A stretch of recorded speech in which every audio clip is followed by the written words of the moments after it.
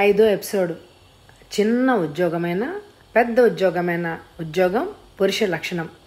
నువ్వు చేస్తున్న పని మంచిది గోవిందరావు. మగాడన్న తర్వాత సంపాదించాలి. అలాగే ఉత్తమ భారత పౌరుడు. న్యాయానికి ప్రాధాన్యత ఇవ్వాలి. అసత్యం పలకూడదు. నిజాన్ని నిర్భయంగా చెప్పేటట్లు ఉండాలి.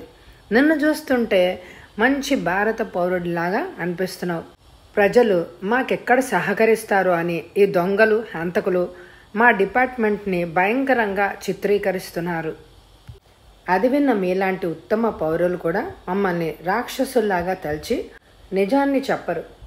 మీరు నన్ను, మా డిపార్ట్మెంట్ని రాక్షసుల్లాగా తలుస్తున్నారా? ఇన్స్పెక్టర్ చిరునవ్వుతో మృదువుగా అడిగాడు.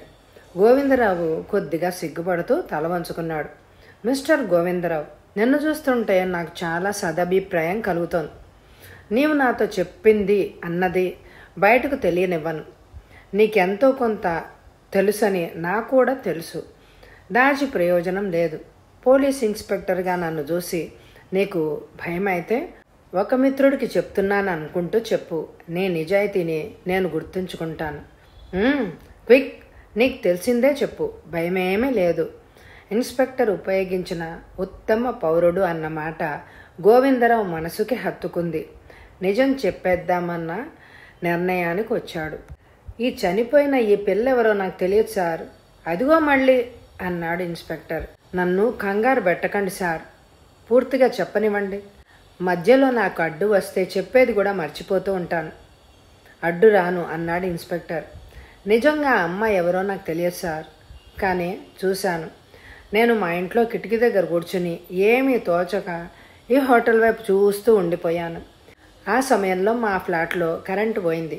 కిటికీలు పూర్తిగా తెరిచి ఒక అమ్మాయి అక్కడ నుంచునుంది. ఆ అమ్మాయి చనిపోయిన ఈ అమ్మాయి. ఆ అమ్మాయి కిటికీ పట్టుకొని బయటకు చూస్తూ ఉంది. ఒకతను ఆమె వెనక్గా వచ్చాడు. భుజాలు పట్టుకొని తన వైపుకు తిప్పుకున్నాడు. వారిరువురు అక్కడే నుంచుని పదే పదే ముద్దులు పెట్టుకున్నారు. వాళ్ళని అలా చూడడం తప్పని తెలిసినా ఆ అమ్మాయి అందం నన్ను ఆకర్షించడంతో అలానే చూస్తూ ఉండిపోయాను. వెనక మా ఫ్లాట్లో కరెంటు లేకపోవడం వల్ల మనుషులు లేరనుకున్నారో ఏమో, వాళ్ళు కిటికీ దగ్గర నుండి చాలాసేపు కదలలేదు. బాగా చూడడం వల్ల ఆ పిల్లే, ఈ పిల్లని గుర్తుపట్టాను. అంతే సార్, నాకు ఇంకేమీ తెలియదు. గోపాలరావు చెప్పాడు. మీ గదిలో కిటికీ దగ్గర నుంచుంటే ఈ హోటల్లో రూమ్లో జరిగేవన్నీ కనపడతాయా? 2 రూమ్స్ మాత్రమే బాగా కనపడతాయి. అదైనా కిటికీ దగ్గరకు బాగా వస్తే రూమ్లో మనుషులు కనపడతారు. పైకి కిటికీలు పూర్తిగా తీస్తే కనపడతారు. కానీ కిటికీలకు ఇప్పుడు కర్టన్స్ వేసి ఉంటాయి కదా. ఆ అమ్మాయి పూర్తిగా కిటికీలు తెరిచి కర్టన్స్ తొలగించడం వల్ల చక్కగా కనపడింది. అప్పుడు ఆమె ఏ డ్రెస్లో ఉందో వర్ణించగలవా? ఆ అమ్మాయి తెల్లగా మెరిసిపోతోంది. తెల్లని చీర, తెల్లని జాకెట్టు, అంతకుమించి ఏమీ చెప్పలేను. అంతా తెల్లగానే ఉన్నట్టుంది. కాస్త ఆలోచించి చెప్పాడు గోవిందరావు. అతన్ని వర్ణించగలవా? మగాడిని ఎలా వర్ణిస్తాం సార్? నవ్వబోయి ఇన్స్పెక్టర్ మొహం చూసి ఆగిపోయాడు గోవిందరావు. అతను ఎత్తు, లావు, జుట్టు, రంగు, అతను వేసుకున్న దుస్తులు మొదలైనవి ఏమైనా చెప్పొచ్చు కదా. నీకు గుర్తున్నంత వరకేలే చెప్పు. మరోసారి చూస్తే గుర్తుపట్టగలను. ఎందుకంటే అతనికి బాగా రింగులు తిరిగిన క్రాఫ్ ఉంది. మొహం ఉన్నదానికంటే కాస్త పొడుగు ఎక్కువగా ఉంటుంది. మెడ కూడా చాలా పొడుగ్గా ఉంది. కొందరికి మెడ కింద కాయల్లాగా లావుగా ఉంటుంది. యాడమ్స్ యాపిల్ అని అది కూడా ఉంది. అతనికి పెద్ద పెద్ద పళ్ళు అనుకుంటాను. సైడ్ నుంచి కూడా కనిపించాయి. అతను నవ్వుతున్నప్పుడు అతని క్రాఫ్ను గుర్తుపట్టలేదు. అతడు కూడా తెల్లనివే వేసుకున్నాడు అని అనుకుంటున్నాను. ఉన్నట్టుండి మా ఫ్లాట్లో లైట్లు వెలిగాయి. కరెంట్ వచ్చేసింది. వాళ్ళిద్దరూ గబుక్కని విడిపోయారు. ఆ తర్వాత నేను మళ్ళీ వాళ్ళని చూడలేదు.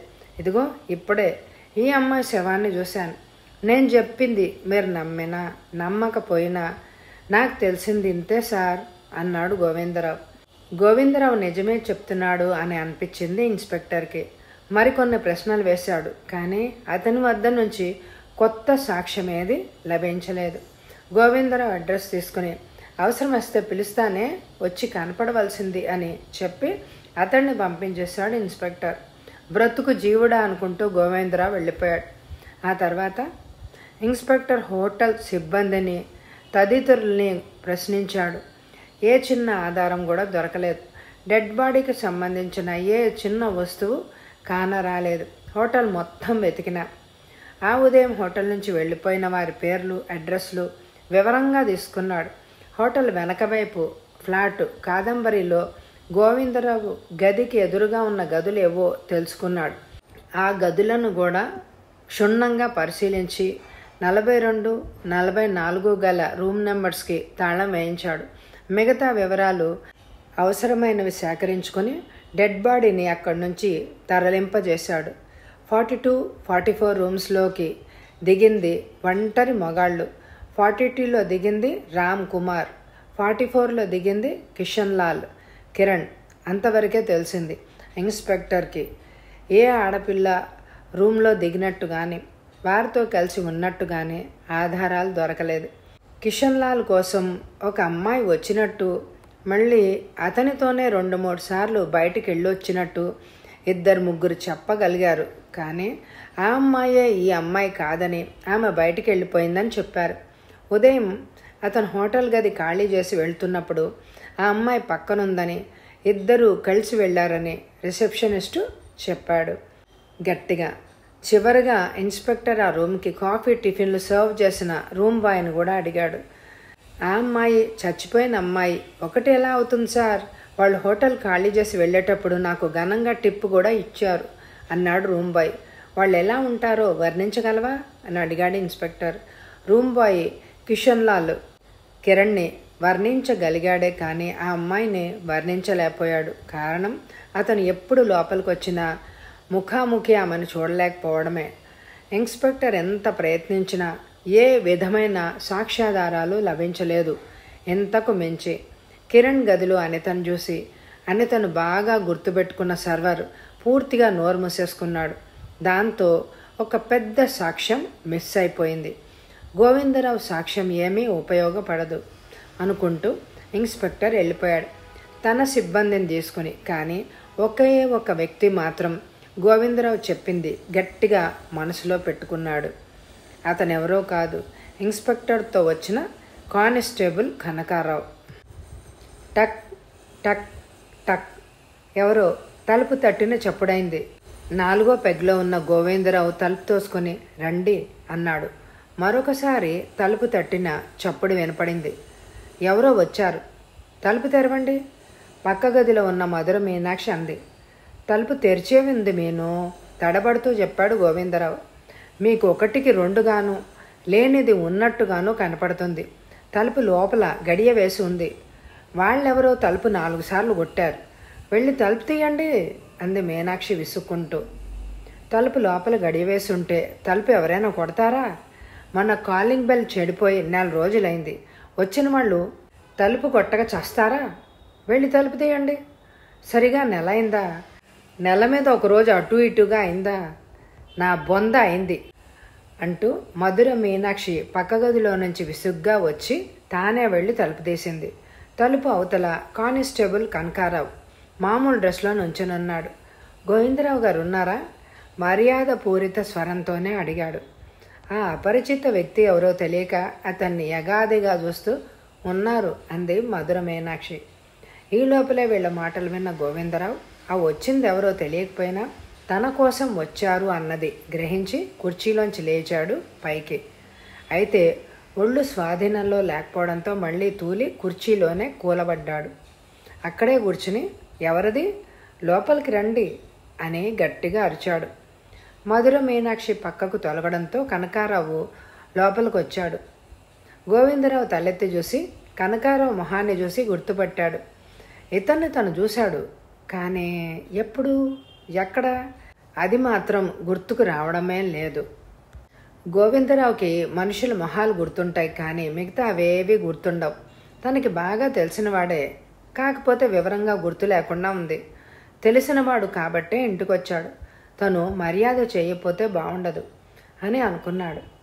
ఏంటి భలేవారే, రండి రండి, చాలా రోజులకు వచ్చారు. బొత్తిగా నన్ను మా ఇంటిని మర్చిపోయినట్టున్నారు. అక్కడే కూర్చుని చిరునవ్వుతో ఆహ్వానించాడు గోవిందరావు.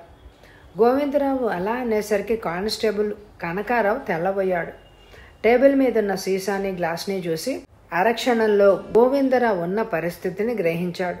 చిరునవ్వుతో వచ్చి గోవిందరావు ఎదుట కుర్చీలో కూర్చున్నాడు. మీరు కూడా వచ్చి ఇటు కూర్చోండమ్మా అన్నాడు కనకారావు మధుర మీనాక్షితో.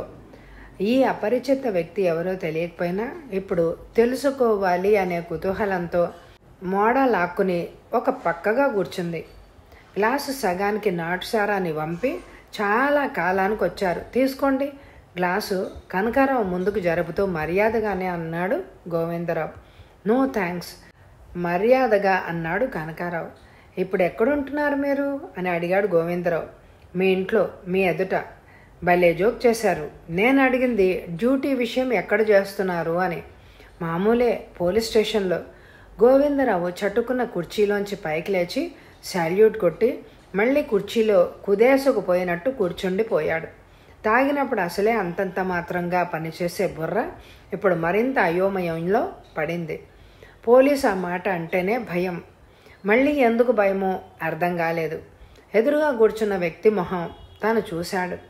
అది పరిచితమైన మొహంలాగే ఉంది. కానీ అలానే పోలీసుల్లో తెలిసిన వాళ్ళు ఎవరూ లేరు. ఈ ఇంద్రజాలం ఏమిటో తెలియక గోవిందరావు బుర్ర మరింత గెర్రున తిరగడం మొదలుపెట్టింది. కనకారావు తాను పోలీస్ స్టేషన్లో పనిచేస్తున్నానని చెప్పగానే ఓ పక్క గుండె దడదడలాడింది, మరోపక్క బుర్ర పాదరసంలాగా పనిచేసింది. తొందరగా తెలివి తెచ్చుకుని, మీరు పోలీస్ స్టేషన్లో ఏం చేస్తూ ఉంటారు అంది మీనాక్షి. నా పేరు కనకారావు, ఇక్కడ పోలీస్ స్టేషన్లో హెడ్ కానిస్టేబుల్ని. హోటల్లో హత్య జరిగినప్పుడు హత్య చేయబడిన అమ్మాయిని మీ వారు చూసినట్టు చెప్పారు. ప్రస్తుతానికి ఆ సాక్ష్యం అంతగా ఉపయోగపడకపోయినా హత్యానేరం బయటపడినప్పుడు ఇదే సాక్ష్యం బలంగా ఉపయోగపడుతుందని గ్రహించాం. అప్పుడు ఆయన చెప్పే తొందరలో కొన్ని విషయాలు చెప్పడంలో ఏమన్నా మిస్ అయ్యారేమోనని అనుమానంతో మళ్ళీ వచ్చాను. ఉన్న విషయం యథార్థంగా చెప్పాడు కనకారావు. మధుర మీనాక్షి గుండెల్లో పెద్ద రాయబడింది. చాదస్తప్మొగడా, తాగి పడుకోమని చెప్తే తల కొరివి పెట్టడానికి తయారయ్యావా కోపంగా అనుకుంది. గోవిందరావు గారు కనకారావు పిలిచాడు. స్వయంగా పోలీసు ఇంటికొచ్చాడు. ఎదురుగా బ్రహ్మ రాక్షసులాగా కూర్చునుంది అతడి భార్య. ఆ భయంతో గోవిందరావు గ్లాసులో ఉన్న మొత్తాన్ని గటగటా తాగేశాడు. తాగినందువల్ల ధైర్యం రాకపోగా మరింత మత్తు తలకెక్కింది. బరువుగా వాలిపోతున్న కళ్ళని పైకెత్తి ఏమిటే అంటున్నాడు అన్నాడు గోవిందరావు. కొన్ని ప్రశ్నలు అడగడానికి వచ్చాను. నాకేమీ తెలియదు, అన్నీ మా ఆవిడని అడగండి, దానికైతే అన్నీ బాగా తెలుస్తాయి. అవును కదూ మీను అంటూ బల్ల మీద తలవాల్చి పడుకున్నాడు. చూశారు కదా, ఇది వరుస. ఆయన తాగడము, ఏదో తెలిసి తెలియక వాగడము తప్ప ఆయన చెప్పే ఒక్క మాటలో కూడా నిజం ఉండదు. ఈయన చెప్పే మాటలు విని మీరు రంగంలోకి దిగితే ఎలకతోక పట్టుకొని సముద్రానికి ఎదురు ఈదినట్టే. ఈ 25 ఏళ్ల కాపురంలో ఆయన ఎలాంటి వారో, ఆయన చెప్పేవి ఎలాంటి నిజాలో నాకు బాగా తెలుసు. కావాలంటే ఆయనను 100 ప్రశ్నలు అడగండి, నాకేమీ అభ్యంతరం లేదు అంది మధుర మీనాక్షి. గోవిందరావు గారు కనకారావు తట్టి పిలుస్తూ లేపాడు. నాకేమి తెలియదంటే తెలియదు, అన్నీ మా ఆవిడకు తెలుసు, అడగండి. అతి బలవంతం మీద కొద్దిసేపటికి మాట్లాడాడు. నీ ముందే చెప్పానా ఈ మనిషి ఎలాంటి వాడంటే, మీ ఇల్లెక్కడు గోవిందరావు గారు అని అన్నానే అనుకోండి, మా ఆవిడని అడగండి అనే రకం. ఈ పూటకి ఆయన లేవరు. ఆ మత్తులో నుంచి మీ ఇష్టం అంది మీనాక్షి. ఆమె మీ ఇష్టం అన్న మాటలోనే ఉంటే ఉండండి, పోతే పొండి అన్న అర్థం స్ఫురించింది కనకారావుకి. అయితే రేపొక్కసారి వచ్చి కలుసుకుంటాను. మీరేమన్నా అనుకోండి కనకారావు గారు, నన్ను గయ్యాళి ఆడదనుకున్నా నాకేమీ పర్వాలేదు. మా ఆయన సంగతి మీకు తెలియదు. ఈ తాగుడు వ్యసనంలో ఉన్న ఉద్యోగం ఊడిపోయింది. అప్పటి నుంచి సేల్స్ మ్యాన్గా 4 రాళ్లు సంపాదించడం తప్ప ఇంకేమీ చేయడమే లేదు. ఆ సంపాదించిన 4 రాళ్లతో ఇలా తాగి 24 గంటలు పడుతూ ఉంటాడు. ఈ మనిషి మాటలు మీరు నమ్మి ఈ మనిషిని మీరు సాక్ష్యానికి తీసుకుంటే నోటికి ఏది వస్తే అది వాగుతూ ఉంటాడు. మీకు శ్రమ లేని పొంది నాకు కష్టం. దయచేసి ఈ విషయాన్ని ఎంతటితో వదిలేయండి. ఆయనను మేమేమి బలవంతం పెట్టలేదు కదా. మీరు బలవంతం పెట్టినా పర్వాలేదు, మర్యాదగా అడిగినా పర్వాలేదు. ఆయన చెప్పే మాటల్లో ఒక్క అక్షరం కూడా మీకు ఉపయోగపడదని తెలియజేస్తున్నానంతే. ఆయన సంపాదన ఆయన త్రాగుడికే సరిపోతుంది అంటే సంసారం ఎలా గడుస్తుంది? నాకు టైలరింగ్ వచ్చు, ఎంబ్రాయిడరీ వచ్చు, 2 షాపుల్లో వర్క్ చేయడానికి కుదిరాను. అదే జీవనోపాధి. వాళ్ళిచ్చిన డబ్బుతోనే సంసారాన్ని గట్టిగా లాక్కొస్తున్నారు. కనకారావు కొద్దిసేపు ఆలోచిస్తూ ఉండిపోయాడు. మధుర మీనాక్షి టీ తాగుతారా అని అడిగింది. అక్కర్లేదు, నేను డ్యూటీ మీద రాలేదు, ఈ కేసు ఎటూ తేలలేదు, గోవిందరావు గారి సాక్ష్యం ఎలాగో చాలదు, నా పర్సనల్ ఇంట్రెస్ట్ మీదే ఊరికే మాట్లాడడానికి వచ్చాను. ఈ తెలివి తక్కువ ఆయనను పట్టుకొని దయచేసి మా సంసారాన్ని చిక్కుల్లో పడేయద్దు, కళ్ళు తుడుచుకుంటూ అంది మీనాక్షి. మీరు భయపడకండి. ఒక అమాయకుణ్ణి లేనిపోని చిక్కుల్లో ఇరికించడం, ఒక హంతకుణ్ణి వదిలేయడం నా అభిమతమే కాదు అంటూ కనకారావు కుర్చీలోంచి లేచాడు. మధుర మీనాక్షి దగ్గర సెలవు తీసుకుని వెళ్ళిపోయాడు. కనకారావు వెళ్ళినట్టే వెళ్ళి 10 నిమిషాల్లో తర్వాత మళ్ళీ తిరిగొచ్చాడు. మూసి ఉన్న తలుపులకి చెవి అంచి నిలబడ్డాడు. లోపల నుంచి స్పష్టంగా గోవిందరావు, మధుర మీనాక్షి అనుకునే మాటలు వినిపించసాగాయి. నేను ముందే చెప్పానా? కోపంగా అంది మధుర మీనాక్షి. నువ్వు చెప్పినట్టు నేను విన్నాను కదా, తగ్గు స్వరంతో అన్నాడు గోవిందరావు. వినకపోతే కొంప మీదకు తీసుకురా. తాగుడికి ఎలాగూ బానిసవయ్యావని భరిస్తున్నాను. నోరు మూసుకొని ఉండమంటే మాత్రం ఉండవు. అన్నిట్లో తలదూర్చి కొంప మీదకి ఏదో ఒకటి తగు తెస్తావు. ఇది మామూలు వ్యవహారం కాదు, పోలీసులతో వ్యవహారం. హత్య నేరం ఆ రోజుతోనే అయిపోయింది. ఇంకేం జరగదన్నావు కదా. కానీ ఇప్పుడు మళ్ళీ పోలీసు వాడు మన ఇంటికి వచ్చాడు. నువ్వేం చెప్పకపోయినా రేపు నీ మీద అనుమానం వస్తే లాక్కెళ్ళి జైల్లో కూర్చోబెడతారు. మన బ్రతుక్కి అదొక్కటే తక్కువ. నేనేం మాట్లాడినని మాట ఇచ్చాను కదా. ఇందాక కూడా మాట్లాడకుండా పడుకున్నానా లేదా? గోవిందరావు అన్నాడు. పడుకున్నావులే. ఓ బుడ్డి కొనిస్తే ఐసైపోయి అడ్డమైన వాగుడు వాగుతావు. రుసరుసలాడింది మధుర మీనాక్షి. గోవిందరావు మాట్లాడలేదు. ఆ తర్వాత వాళ్ళ మాటలు వేరే విషయాల మీద దొర్లాయి. ఇంకాసేపు నుంచున్నా ఇంకా తనకు ఉపయోగపడే చిన్న మాట కూడా తన చెవిన పడదని గ్రహించి కనకారావు మెట్టు దిగి వెళ్ళిపోయాడు. గోవిందరావు బజార్లో నడుస్తున్నాడు. అప్పుడు సాయంత్రం 5 గంటలైంది. కొద్దిగా మనిషి తూలుతున్నాడు. నీరసంగా అడుగులు తడబడుతూ ఉంటే కాళ్ళు ఈడ్చుకుంటూ తల పూర్తిగా వంచేసుకుని తడబడే అడుగులతో నడుస్తున్నాడు.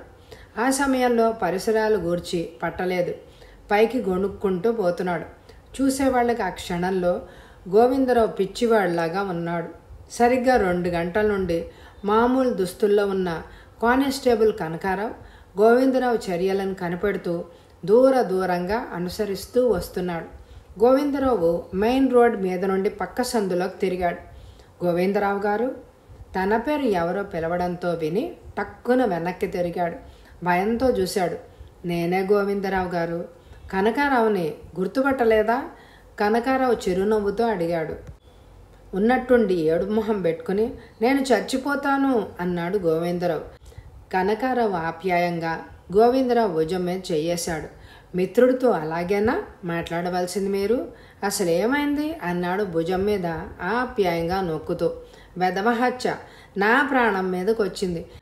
చెప్పొద్దు అని అది చెప్పమని మీరు. ఈ బాధ నేను పడలేను. చాచా, అంతేనా నన్ను అర్థం చేసుకున్నది? మీరు గోవిందరావు గారు, మీకు తెలుసో లేదో ఆ కేసు మూసేసంగా? అదేంటి ఆశ్చర్యంగా అడిగాడు గోవిందరావు. తగిన గట్టి సాక్ష్యాధారాలు లేవు. పైగా ఆ అమ్మాయి కూడా మంచిది కాదు అని తెలిసింది. ఎవడో కోపంతో చంపి బారేసి ఉంటాడు. అయినా ఆ హత్య జరిగి అప్పుడే 2 నెలలైంది. ఇంకా ఆ విషయమే మీరు ఆలోచిస్తున్నారా? మేమెప్పుడో మర్చిపోయాం. తెల్లారు లేస్తే ఇలాంటి కేసులు మాకు 1,00,000. నిజంగానా అన్నాడు గోవిందరావు. కనకారావు జేబులోంచి చిన్న బ్రాందీ బాటిల్ తీశాడు. ఆ సీసాని పైకెత్తి చూపుతూ, కావాలంటే నాకు ఇష్టమైన ఈ సీసా మీద ఒట్టేసి చెప్తున్నాను, నేను ఫ్రెండ్లీగా మీతో మాట్లాడుతున్నానే కానీ కేసు విషయం మీద కాదు అన్నాడు. కనకారావు చెప్పేది విన్నాడో లేదో కానీ గోవిందరావు సీసాను చూసి పెదవులు నాళ్ళుకతో తడుపుకుంటూ మీరు కూడా అన్నాడు. ఏ, నేను మటుకు మనిషిని గానా? ప్రతి రాత్రి నన్ను కొంచెం పుచ్చుకొని నిద్రపోతాను. ఓ, మర్చిపోయాను, మీరు కూడా తీసుకుంటారు కదూ? కనకారావు మామూలుగా అడిగాడు. గోవిందరావు సిగ్గుపడుతూ తలంచుకున్నాడు. మన ఇద్దరం చెరో రకం జాబు చేస్తూ ఉండొచ్చు. అంత మాత్రం చేత చెరొక దారి వెళ్ళక్కర్లేదు. పదండి ఇద్దరం కలిసి నా రూమ్కి వెళ్దాం.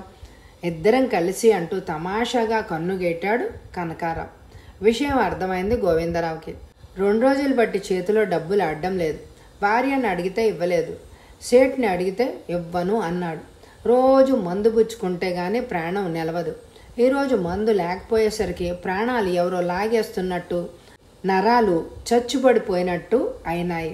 కాళ్ళు అరిగేలాగా తిరగడం తప్ప 2 రూపాయలు కూడా అప్పు దొరకలేదు. సరిగా అలాంటి సమయంలో కనకారావు ఆహ్వానించాడు.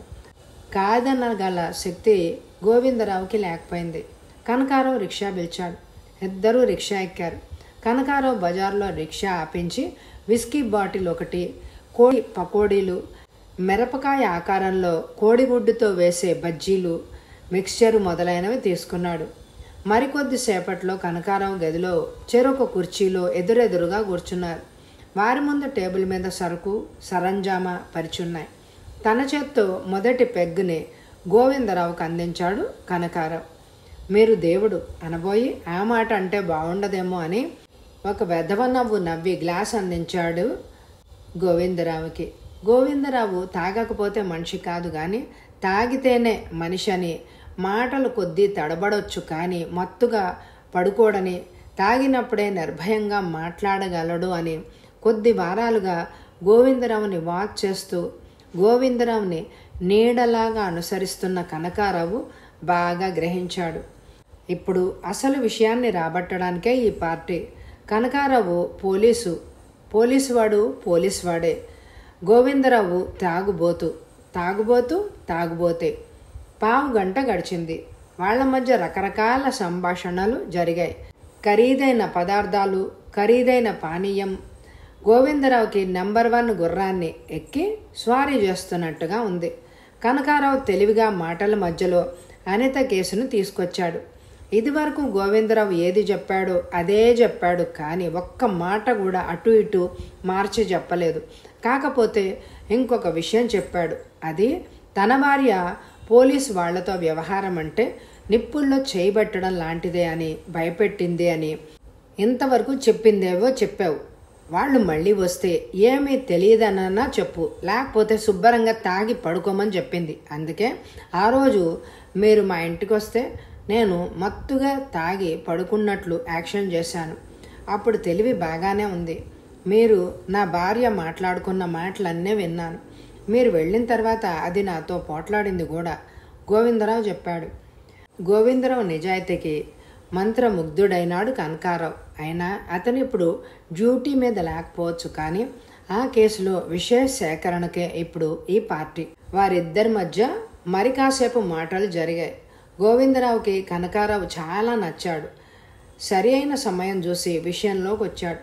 గోవిందరావు గారు, మీరు నమ్మినా నమ్మకపోయినా కేసు విషయం నిజమే చెప్పాను. అయితే ఆ రోజు ఆ వ్యక్తి గురించి వర్ణించారు చూడండి, అతనిని ఎప్పటికైనా చూద్దామని ఉంది. ఒకసారి మూసివేసిన కేసుని తిరిగి పైకి తోడ్డం, ఆ వ్యక్తి ఎప్పుడైనా మీ కళ్ళబడితే అతనిని నీడలాగా అనుసరించి వెళ్ళి అతను ఎక్కడుంటాడో తెలుసుకొని ఆ విషయం నాకు వచ్చి చెప్పండి. ఎందుకు అనుమానంగా అడిగాడు గోవిందరావు. జస్ట్ క్యూరియాసిటీ అంతే. మీకు ఇష్టం లేకపోతే వద్దు, బలవంతం ఏమీ లేదు. మీరు అబద్ధాలు చెప్తారని, మీరు 24 గంటలు తాగి ఏవేవో మాట్లాడతారని మీ ఆవిడ అంది కదా, ఆ లెక్కన మీరు చెప్పిందంతా అబద్ధమైనా ఉండాలి. అలాగాక మీరు నిజమే చెప్పారనుకోండి, మీరు చెప్పేవి నిజాలని నేను ఎప్పుడో నమ్మాను. ఇంకా బాగా నమ్మడానికి, పైగా వాడు ఎలా ఉంటాడో చూడాలి అన్న కోరిక, అందువల్ల అడిగానంతే. మీకు ఇష్టమైతే చేయండి. నా మాటలకి మీ మనసు కష్టపడితే స్నేహితుడి ప్రథమ తప్పిదంగా వదిలేయండి. అన్నట్టు మరో విషయం, మీరు ఏ సాక్ష్యం ఇవ్వక్కర్లేదు. అతను కనబడితే ఎక్కడుంటారో చూసి చెప్తే చాలు. అలా చెప్పంగానే నేను మీకు ఇష్టమైనది బ్రాందీ కానీ విస్కీ కానీ సరిగ్గా 25 బాటిల్స్ కొనిస్తాను అన్నాడు కనకారావు. అమ్మో, 25 బాటిల్సే అంటూ నోరు తెరిచాడు గోవిందరావు. 25 నాకొక లెక్క కాదు. ఏ షాప్ వాడికి కవర్ చేసినా తెచ్చి ఇంట్లో పడేస్తాడు. ఆ మాత్రం సత్తా లేకపోతే ఈ పోలీసు ఉద్యోగం ఎందుకు? నవ్వుతూ అన్నాడు కనకారావు. ఇంకా ఆశ్చర్యం నుండి తేరుకుని గోవిందరావు ఒకసారి నిజమే చెప్తున్నారు కదూ అన్నాడు. నా మదర్ మీద ప్రామిస్ చేసి చెప్తున్నాను. ఇంకా అంతకన్నా ఏం చెప్తాను? గోవిందరావు గబుక్కున మీ మాటలు నమ్ముతున్నాను అంటూ కనకారావు చేతులు పట్టుకున్నాడు. స్నేహంలో ఆ నమ్మకమే ఉండాలి. మీరు ఈ విషయం మీ భార్యతో చెప్పొద్దే? ఎందుకు చెప్పొద్దంటున్నానంటే మీలో మళ్ళీ ఏదో అనుమానం రేకెత్తించి మనలను వేరు చేస్తుంది అన్నాడు కనకారావు. అవును అన్నట్టు తలూపాడు గోవిందరావు. మరో 10 నిమిషాల తర్వాత వాళ్ల పార్టీ ముగిసింది. తర్వాత వెళ్ళడానికి లేచాడు గోవిందరావు. బజార్ నుంచి వస్తూ కొన్న విస్కీ బాటిల్ని బలవంతాన గోవిందరావు చేతికిచ్చాడు కనకారావు. ఓ ప్రక్క వద్దు వద్దంటూనే మనసు అటే పీకుతూ ఉండగా బాటిల్ని అందుకున్నాడు. కనకారావు దగ్గర సెలవు తీసుకున్నాడు. తను పార్టీ చేసినట్టు గోవిందరావు భార్యకు చెప్పడు. తాగుబోతులకి భార్య మాటల కన్నా 25 సీసాలే విలువైనవి. ఆ విలువ పోగొట్టుకోరు. వెడుతున్న గోవిందరావుని చూస్తూ అనుకున్నాడు కనకారావు. కనకారావు గాల్లో ఒక బాణం వదిలాడు. అది తగిలి తీరుతుంది.